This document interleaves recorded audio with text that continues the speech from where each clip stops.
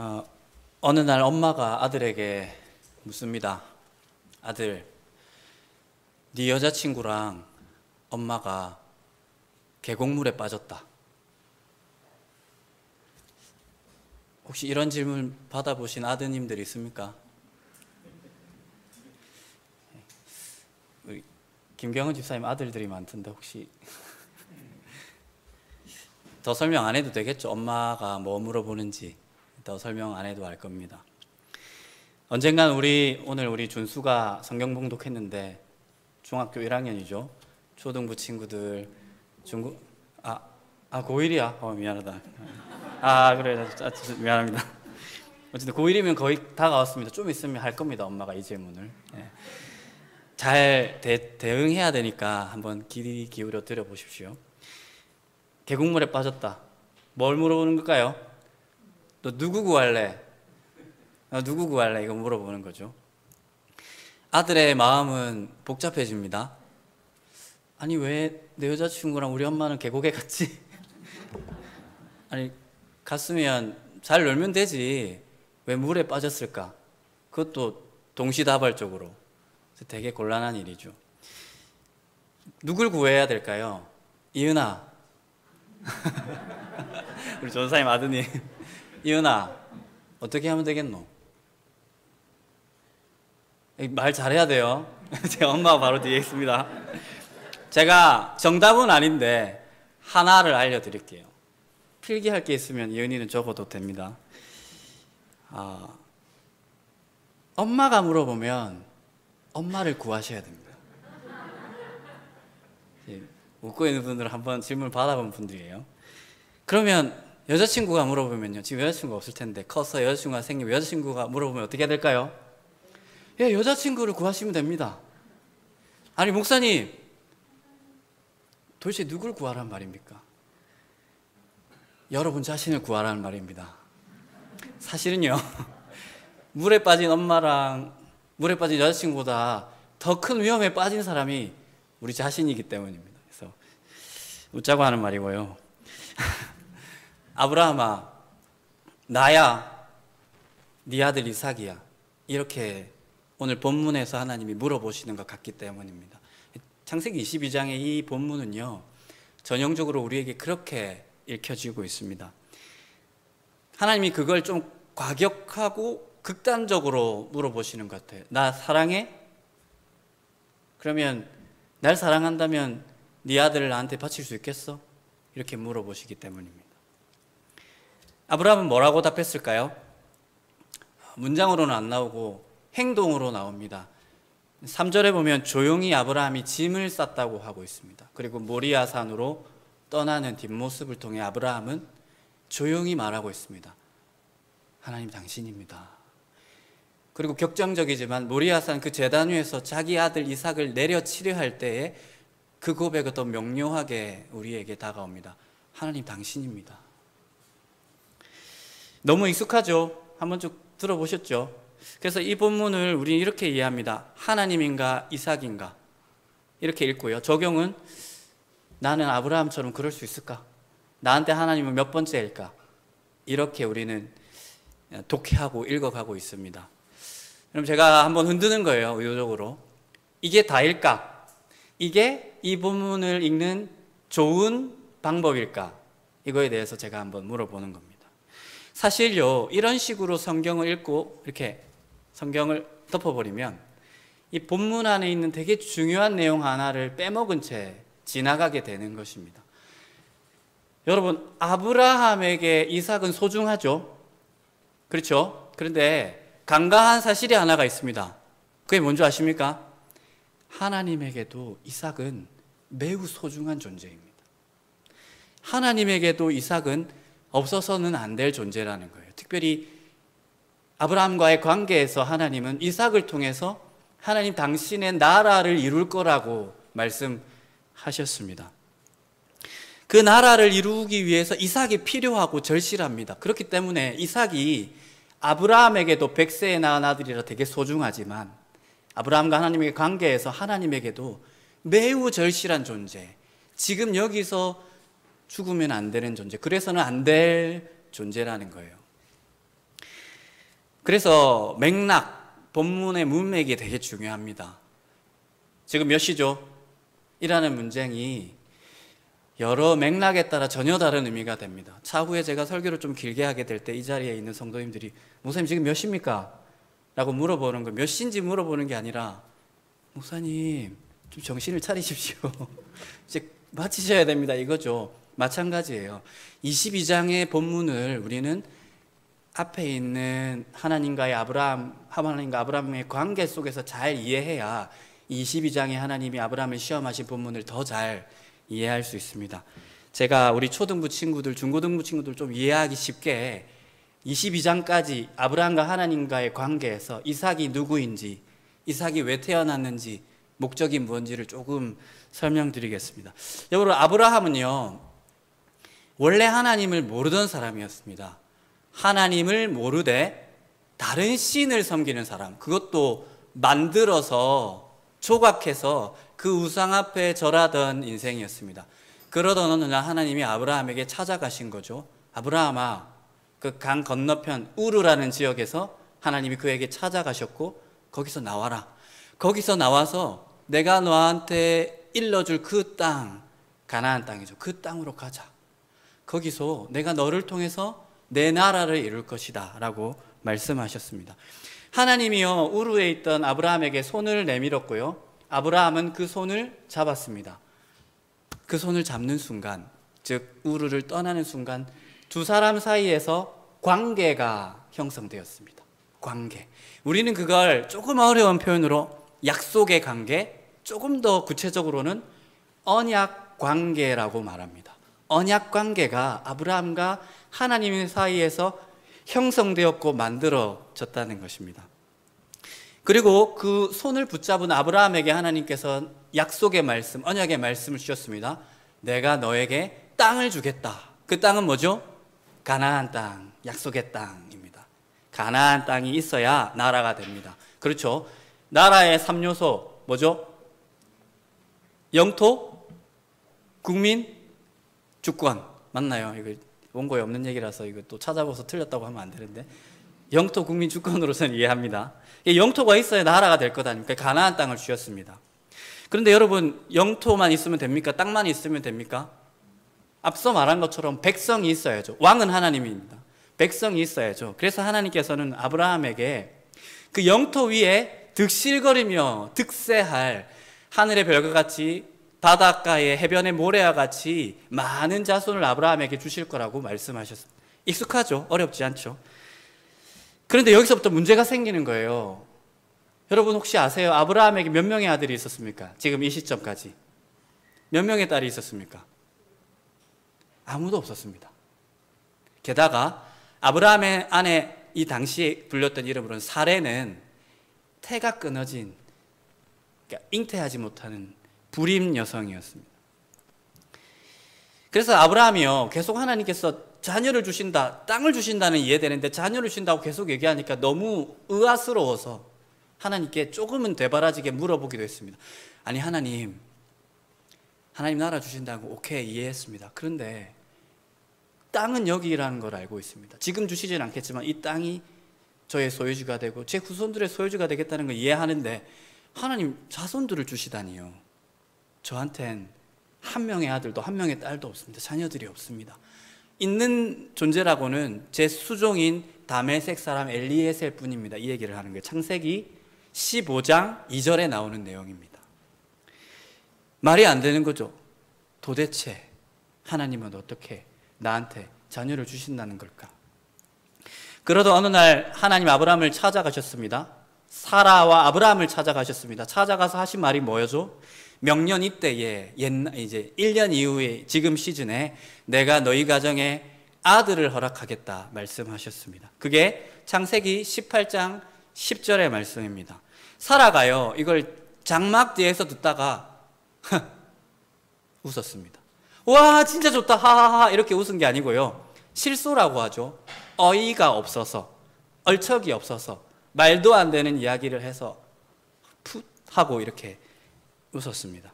왜냐하면 그도 그럴 것이 그 얘기를 들었을 때 사라의 나이는요, 시간이 더 흘러서요 65세 때 사라가 우르에서 떠났다면 지금 이 얘기를 하실 때는 89세 때였습니다. 아브라함이 99세 때, 10살 차이거든요. 89세 때 이 얘기를 들으니까 얼마나 어이가 없었겠습니까? 하지만 사랑하는 성도 여러분, 우리 초등부 친구들, 중고등부 친구들, 하나님은 따라합시다. 약속에, 크게 따라주세요. 약속에 신실하셨습니다.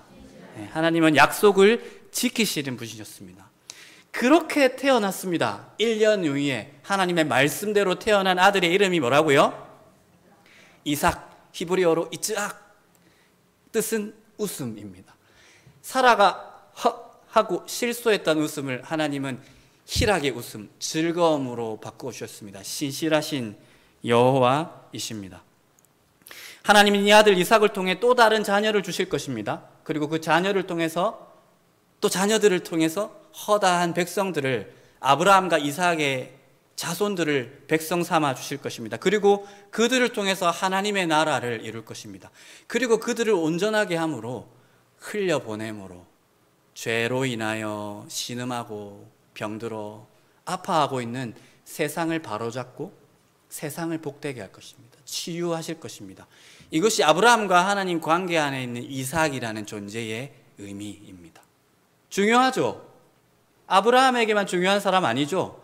하나님과 아브라함 관계에서 하나님 나라를 위해서 정말 요청되는 존재가 이삭이었습니다. 자, 그러면 이 맥락 위에서 22장 2절을 한 번 더 읽어봅시다. 성경을 찾으신 줄 알고 함께 읽겠습니다. 시작.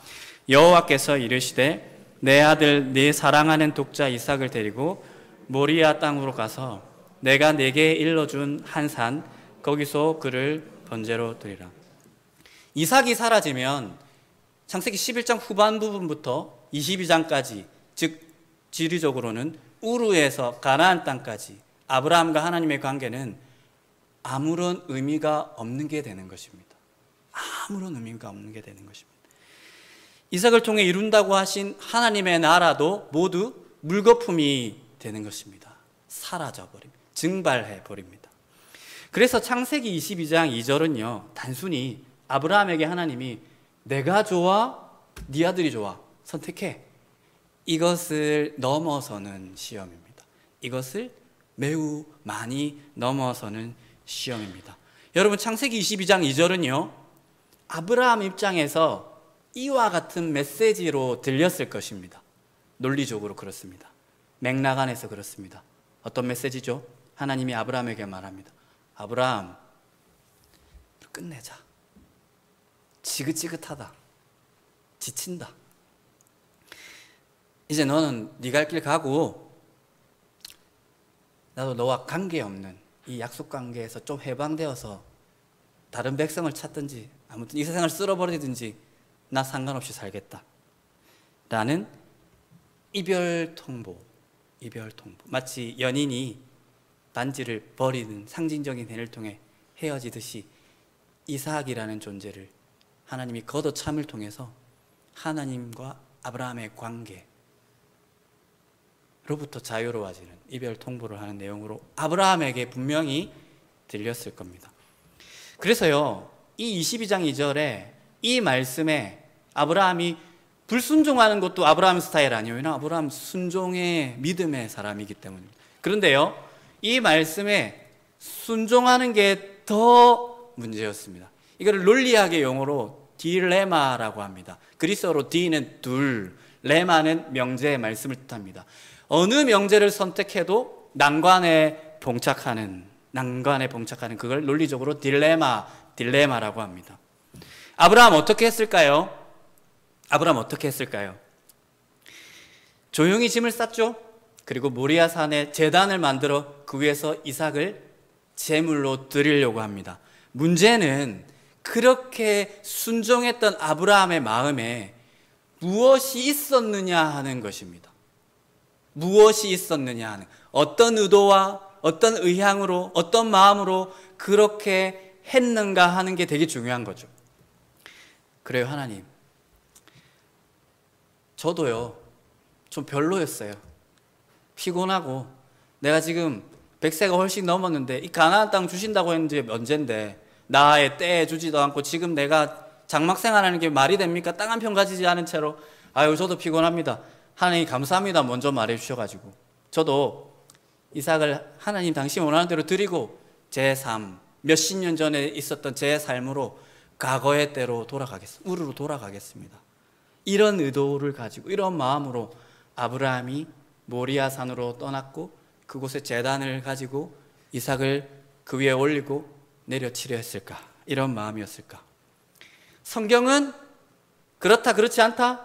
그렇지 않다고 얘기하고 있습니다. 히브리서 기자는 아브라함이 길을 떠난 이유와 모리아산에서 이삭을 향해서 내리치려 할 그 순간에도 이삭을 통해서 이루신 하나님의 나라를 믿었다고 얘기하고 있습니다. 이게 정말 말도 안 되는 얘기지만 믿음으로 이삭을 드렸으니라고 분명히 말하고 있습니다. 히브리서는 구약에 있는 믿음의 사람들의 믿음의 행동, 족적들을 쭉 소개하고 그 일들을 찬미하는 내용을 담고 있습니다. 거기에 아브라함이 시험당한 오늘 우리 본문이 나옵니다. 11장 17절에 이렇게 나오고 있습니다. 아브라함은 시험을 받을 때에 믿음으로 이삭을 드렸으니. 무엇을 통해서요? 믿음으로. 이삭을 통해서 이루신다는 하나님의 나라, 이삭을 통해서 허락하신다는 구속주에 대한 약속을 믿음으로 이삭을 드린 것입니다. 이삭을 내려치려 할 때에도 이삭을 통해서 하나님이 신실하실 거라는 것을 믿었다고 분명히 히브리서 11장 17절이 밝히고 있는 것입니다. 사랑하는 성도 여러분, 지금 하나님께서 하시는 시험은 아브라함을 몰아세우는 시험입니다. 어디로요? 극한의 상황까지. 내용은 뭡니까? 아브라함아, 너 이런 상황에서도 나 믿을 수 있겠어? 모든 것이 숲으로 돌아가는 현장에서도 나의 언약의 말, 내 약속, 내 나라, 하나님의 나라를 신뢰할 수 있겠냐? 있다고 믿음 안에서 그것이 보인다고 말할 수 있겠냐? 하나님께서 물어보시는 겁니다. 오늘 제 설교의 제목은 그래도 믿는 것입니다. 아브라함은 그럼에도 불구하고 그래도 그 현장에서 하나님이 이삭을 통해서 이룬다고 하신 하나님의 나라를 믿었습니다. 사랑하는 성도 여러분, 우리에게도 이런 순간이 있지 않겠습니까? 내가 놓여있는 상황 속에서 눈을 씻고 찾아봐도 하나님의 통치하심, 하나님의 다스리심, 하나님이 나를 사랑한다는 흔적이 전혀 보이지 않는, 마치 하나님이 나를 떠나고 나 혼자 고아처럼 홀로 남겨져 있다는 느낌을 들게 하는 그런 삶의 상황, 환경, 시간을 우리 모두는 보낼 수 있습니다. 그 상황에서 창세기 22장은 우리에게 어마어마한 울림을 준다는 것입니다. 모든 것이 숲으로 돌아가는 현장, 그 고통의 현장에서 우리에게 더 와닿는 문장은 욥의 아내가 욥의 고통을 보면서 했던 한 문장입니다. 욥을 누가 봐도 그 고통을 보면 하나님이 욥을 버렸다라고 생각할 수밖에 없었습니다. 그래서 참다 욥이 입술로 하나님께 범죄하지 않는 신앙 고백을 계속 이어가는 모습을 보던 가장 최측근 주변인인 아내가 욥을 보면서 하는 말이 이것이었습니다. 뭐였는 줄 아십니까? 차라리 지금 하나님을 욕하고 죽어버리십시오. 차라리 지금 하나님을 욕하고 죽으십시오.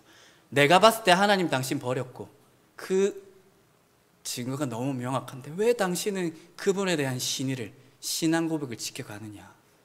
하나님을 욕하고 죽어라. 여기서 죽으라는 의미는 생물학적인 죽음을 의미하기도 하면서도 의미적으로 더 이상 하나님의 백성으로 살지 말고 그분의 나라를 대망하지 말고 외부인으로, 언약 밖 외인으로 뛰쳐나가 자연인으로 살아가라는 요청이었습니다. 신앙을 포기하라는 말이죠. 제가 부산에서도 청년회를 맡았었습니다. 그 청년회에서 만난 지체에게 일어난 일을 조금 생각하기도 했고 썼습니다. 할머니 손에 자란 형제였습니다. 첫째 아이 얘기인데 할머니가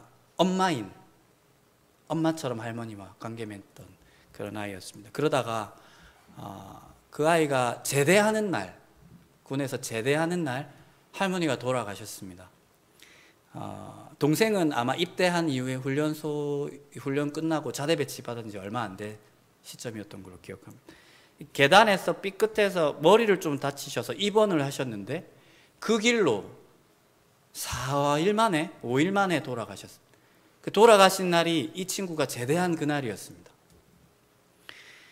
제대해서 경찰 공무원이 되어 공부를 잘했던 친구였으니까 공무원이 되어 할머니 호강시켜 드리겠다고 군에서도 얘기하고 군대 가기 전에도 저에게 얘기했던 친구였습니다. 장례가 마쳐졌습니다. 비통한 마음, 온 교회가 비통했습니다. 할머니가 정말 좋은 집사님이었습니다. 인격적인 분이었습니다. 장례가 끝나고 한두 달 있다가 청년회 자체 수련회였습니다.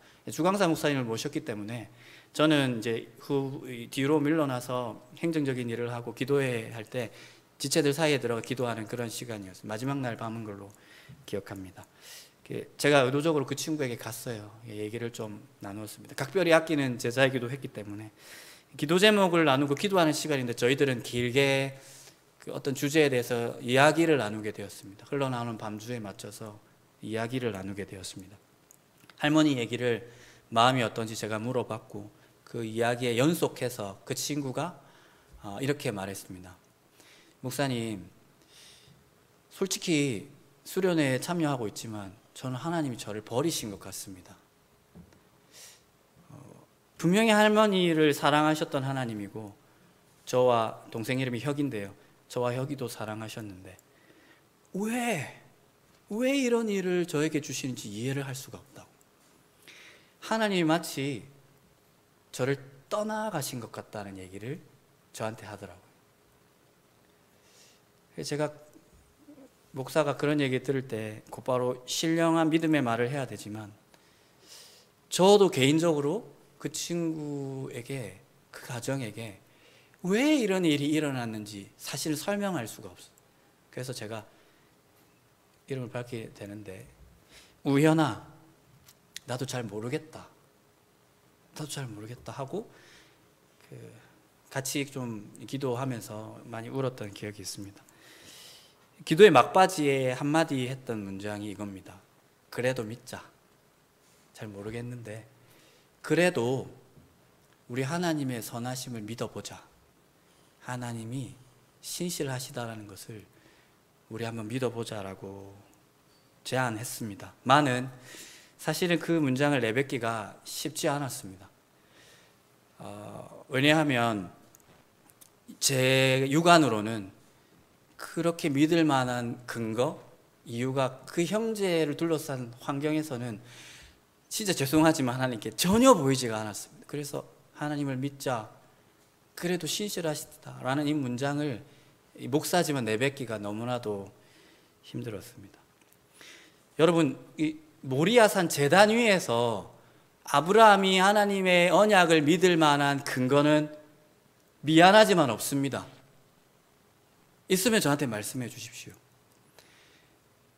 제단 위에서 모리아산 그 어디에도 아브라함이 이삭을 통해서 하나님의 나라를 주실 거라는 그 약속의 말씀을 믿을 만한 증거, 근거는 하나도 없습니다. 우리의 믿음은 상황 안에서 고백이 되지만 죄송하지만 믿음의 근거는 그 상황 안에서 만져지고 보여지는 형태로 우리에게 인지되지 않습니다. 추워지지 않습니다. 그래서 요즘 묻고 답하다 하고 있는데 언약 밖에 있는 사람들이 우리에게 너 어떻게 믿냐? 왜 믿냐? 그 믿음의 근거와 이유를 말해달라고 했을 때 저희들이 우리가 믿는 이유를, 근거를 그들이 원하는 기준에 부합하는 방식, 보이고 만져지는 형식으로 이렇게 줄 수가 없습니다. 실증할 수가 없습니다. 실제로 그렇습니다. 그럼 목사님, 우리 믿음은 근거가 없는 건가요?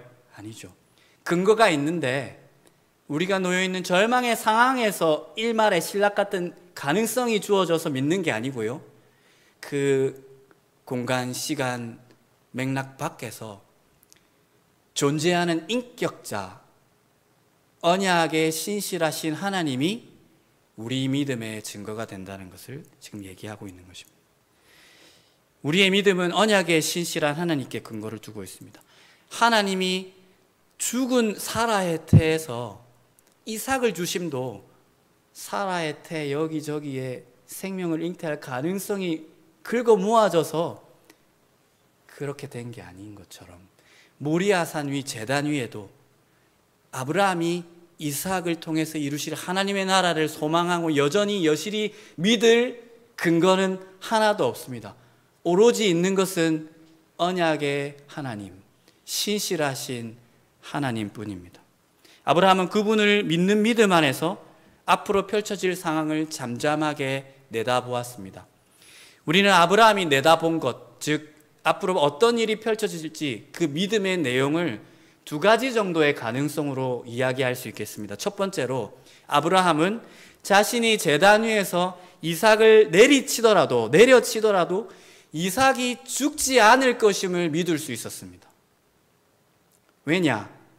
하나님의 언약이 이 이삭을 통해서 펼쳐진다는 말씀을 들었고 그 말씀을 믿었기 때문에 정말 말도 안 되지만 이 문장이 배치가 되지만 이삭을 내리치더라도 죽지 않을 것임을 아브라함은 확신했습니다.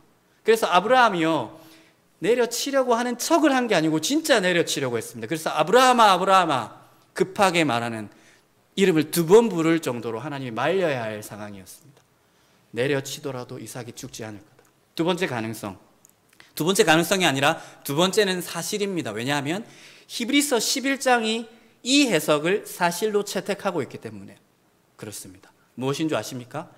아브라함이 제단 위에서 믿었던 믿음의 내용, 펼쳐질 상황, 예측한 것은 내가 하나님의 명령에 순종해서 이삭을 잡을지라도, 그래서 행여 이삭이 죽을지라도 하나님 야훼께서 이삭을 통해서 약속하신 그 약속에 신실하실 것이기 때문에 어떻게 된다? 야훼께서 이삭을 죽은 자들 가운데서 다시 살리실 것이다. 내버려 두지 않으실 것이다. 히브리서 11장 17절에서 19절을 제가 읽어드리겠습니다. 아브라함은 시험을 받을 때에 믿음으로 이삭을 드렸으니 그는 약속을 받은 자로 돼 그 외아들을 드렸느니라. 그에게 이미 말씀하시기를 내 자손이라 칭할 자는 그리스도입니다. 하나님 나라입니다. 이삭으로 말미암음이라 하셨으니 19절 다 같이 읽습니다. 그가 하나님이 능히 이삭을 죽은 자 가운데서 다시 살리실 줄로 생각한지라. 비유컨대 그를 죽은 자 가운데서 도로 받은 것이니라. 아브라함이 내다봤던 믿음의 내용에 이삭이 죽지 않을 가능성이 있어서, 더 나아가 이삭이 죽었다가 살아날 가능성, 10대 후반에 젊은 사람이 죽지 않을 가능성, 10대 후반에 젊은 사람이 죽었다가 다시 살아날 경우들, 그 경험들을 통해서 믿었던 것이 아니고요. 하나님이 언약에 신실하시다면 이삭을 죽은 자들 가운데 내버려 두실 리가 없다는 하나님의 그 인격에 대한 믿음이 그 상황을 내다보게 하고 펼쳐내었다는 것입니다. 주일 설교 초안을 이제 금요일 날 썼는데요. 금요일 날 쓰고 다음 날 토요일 날 출근해서 또 뭐 교사회나 청년회 회의가 없는 주 가정주일이기 때문에 온종일 이제 원고를 쓰고 있었습니다. 한 12시, 1시쯤 이렇게 열심히 쓰고 있는데 아까 말했던 그 청년이 전화가 온 거예요. 네, 저는 좀 놀라웠습니다. 뭐 자주 전화하는 사이가 아닙니다. 제가 떠난 교회이기 때문에 연락을 자주 하지 않기 때문입니다. 주로 그 친구들이 이렇게 전화가 오는데 신기했습니다. 원고를 쓰고 있는데 이제 그 친구가 전화가 온 거예요. 그래서 이제 밝힐 것은 원고가 좀 길어졌습니다. 그래서 설교가 길어지는 이유는 순전히 그 친구 때문이라고 지금 변명하고 있는 몇 가지 좋은 소식과 함께 자기 사는 얘기, 일상 얘기를 들려주었습니다. 경찰 공무원 준비를 하다가 이제 경제적으로 동생도 책임지고 해야 돼서 지금 울산 조선소에 가서 일을 하고 있습니다. 자기에게 일어나는 여러 가지 일들을 이야기했습니다. 저도 이제 설교문을 쓰고 딱 받았던 터에 놀라면서 실은 설교문 내일 주일 설교를 하는데 매우 힘든데 네 얘기를 좀 썼다 생각이 좀 나서, 근데 이제 네가 딱 연락이 왔다, 너무 신기하고 반갑다, 이런 얘기를 좀 나눴어요. 그리고 이제 그때 일에 대해서 얘기를 좀 하게 됐죠. 그런데 이 친구가 이렇게 얘기를 하더라고요. 목사님, 한 2년이 지나간 시점입니다. 목사님, 그때는 진짜 하나님이 저를 떠나신 것처럼 느껴졌습니다. 진짜 그런 줄 알았고 낭망했습니다. 그런데 이제 소소한 일상의 얘기, 하나님이 그의 가정과 동생의 삶을 만져주시는 이런 얘기들을 쭉 하면서, 그런데 지금은 하나님이 내 삶을 선한 길로 인도하고 계신다는 것을 믿고 있습니다. 그러면서 자기가 요즘에 많이 듣고 있는 찬양 얘기를 해주더라고요. 시편 139편이라는 제목의 찬양이 있대요. 그 찬양의 한 가사가 하나님이여 주의 생각이 어찌 그리 보배로우신지요 라고 찬양하는 내용이 계속 입에서 머문답니다. 그리고 그 고백이 자기 고백이 되었다고 얘기를 하더라고요. 제가 이 자리에서 구체적으로 하나님이 그 친구에게 어떤 회복을 주셨는지 소소하게 말할 수 없습니다. 하지만 분명한 건 그날 우리가 함께 억지로 고집스럽게 읊조렸던 그래도 하나님을 믿자라는 이 고백을 하나님 여호와께서는 민망하게 만드시는 분이 아니라는 사실입니다. 사랑하는 성도 여러분, 우리의 절망 가운데 했던 이 고백, 그래도 믿는다, 그래도 믿습니다라는 이 고백을 민망하게 하지 않으시는 하나님이 가장 선명하게 드러난 사건이 있습니다. 그 하나님이 신실하시다는 그 하나님의 얼굴이 가장 뚜렷하게 나타나는 한 사건이 있습니다. 그게 뭔지 아십니까? 복음입니다. 복음의 사건입니다. 곧 예수를 죽은 자들 곁에 내버려 두지 않으시고 그분을 끝내 다시 살리신 하나님, 언약의 신실하신 하나님의 얼굴이 드러난 복음의 사건이야말로 우리가 모든 우리를 덮고 있는 절망의 주제 안에서 기억해야 될 한 사건입니다. 이대로 끝내지 않으실 하나님을 믿는 예수. 그래서 우리가 모든 절망 속에서 바라봐야 될 한 분은 예수 그리스도입니다. 예수 그리스도를 깊이 생각하라. 이것이 히브리서 12장의 핵심적인 주제입니다. 이대로 끝내지 않으실 하나님을 믿은 예수, 그것을 믿음으로 우리에게 믿음의 주님으로 고백되고 있는 예수를 깊이 생각하는 것. 그리고 그 예수님의 믿음을 민망하게 하지 않으신 예수 그리스도의 하나님을 믿는 것. 거짓 메시아, 실패한 메시아, 죄인 중 한 사람으로 죽은 자들 곁에 누워 있을 때 그분을 다시 죽은 자들 가운데서 오른손으로 일으켜서 다시 살리심으로 우편 아들의 자리에 앉으신 예수 그리스도의 하나님을 우리가 깊이 묵상할 수 있게 되기를 간절히 소망합니다. 히브리서 12장 1, 2절을 읽어드리겠습니다. 이러므로 우리에게 구름같이 둘러싼 허다한 증인들이 있으니 이 증인들은 11장에서 말했던 많은 믿음의 사람들, 창세기 22장에서 아브라함도 포함하는 증인들입니다. 모든 무거운 것과 얽매이기 쉬운 죄를 벗어버리고 인내로써 우리 앞에 당한 경주를 하며 믿음의 주여 온전하게 하시는 이인 예수를 바라보자. 그는 그 앞에 있는 기쁨을 위하여 십자가를 참으사 부끄러움을 개의치 아니하시더니 하나님 보좌 우편에 앉으셨느니라. 아멘. 아브라함이 모리아 산에서 믿었던 하나님, 그리스도가 십자가 위에서조차 내 영혼을 아버지 손에 부탁합니다라고 고백하며 그래도 믿었던 하나님이 우리 하나님임을 확신할 수 있는 저와 여러분의 삶이 되기를 간절히 소망합니다. 소망하기로는 여러분과 제가 그 하나님 안에, 그분을 믿는 믿음 안에 늘 거할 수 있기를 소망합니다. 기도하겠습니다.